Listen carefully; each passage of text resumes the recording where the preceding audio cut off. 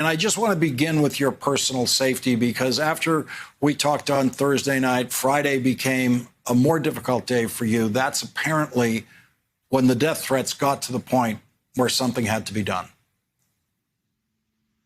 Yes, well, thank you so much. I'm thankful that the governor took these seriously and has assigned protection to me and my family, and we're doing okay. So appreciate you asking. Talk about what you're seeing and not being allowed to see in what you are now calling a fraudit. And thank you very much for that term, because I just couldn't bring myself to call it an audit.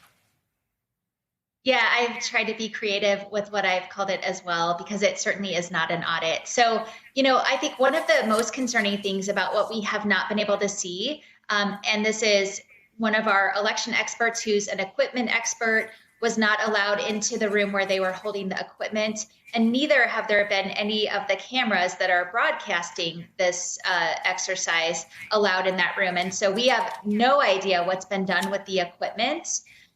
We certainly have seen many concerning things that are being done with the ballots, as you have mentioned. One of the Arizona senators who voted for this now regrets it.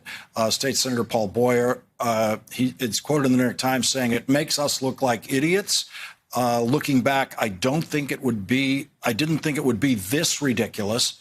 It's embarrassing to be a state senator at this point. So, Secretary Hobbs, it sounds like he was prepared to deal with some level of ridiculous, but this is beyond that. You now also have the threat of a possible subpoena by the Senate Republicans trying to obtain internet routers, government internet routers that they believe somehow would help inform them about the vote. What is that about? Yeah, that's a good question. I'm not really sure what it's about. Something about passwords. I don't know why you would find the passwords from the routers, but these are routers that serve the entire county of Maricopa County, which is a large county, one of the largest in the country. And it would impact operations for the entire county. It would impact confidential health department data, confidential law enforcement data. It is beyond ridiculous that they think that they're entitled to these routers. And going forward, is there any, last week the idea was there's a high school graduation coming up what that building has to be used for, I believe as early as next week or next weekend. Have they come up with some plan to deal with the high school graduation that could get in the way of their playing with the ballots?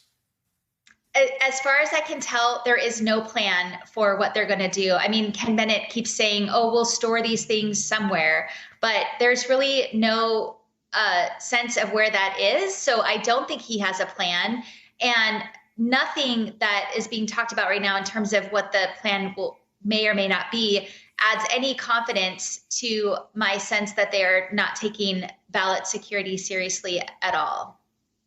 At what point would federal officials want to be physically present to watch what's happening here? Well, I can't speak to their intent on when they might actually send observers out or what the legal parameters are for them to be able to do that. But they certainly did share their concerns about the document preservation where it comes to federal laws and ballot retention for federal elections. Certainly none of the parameters of the federal law have been taken into account here. And so I'm extremely glad that they spoke up about their concerns. I have no sense that the Senate or cyber ninjas are taking these concerns seriously. And as you go forward, what are your biggest worries about what's happening there day to day with those ballots? Well, I mean, you talked a little bit about this in your intro, but they are not taking chain of custody seriously. So this means when they're unboxing ballots to do whatever they're doing to the ballots and then putting them back, they're not making sure they get put back in the right place, so that if somebody had to actually go in and do a real recount for whatever reason, they wouldn't be able to do that because the chain of custody has been damaged that much. It also appears as if they are commingling uncounted versus counted ballots. They are leaving ballots unattended on tables. They are just absolutely not taking seriously the magnitude of what they have in front of them and what they need to preserve in terms of these ballots.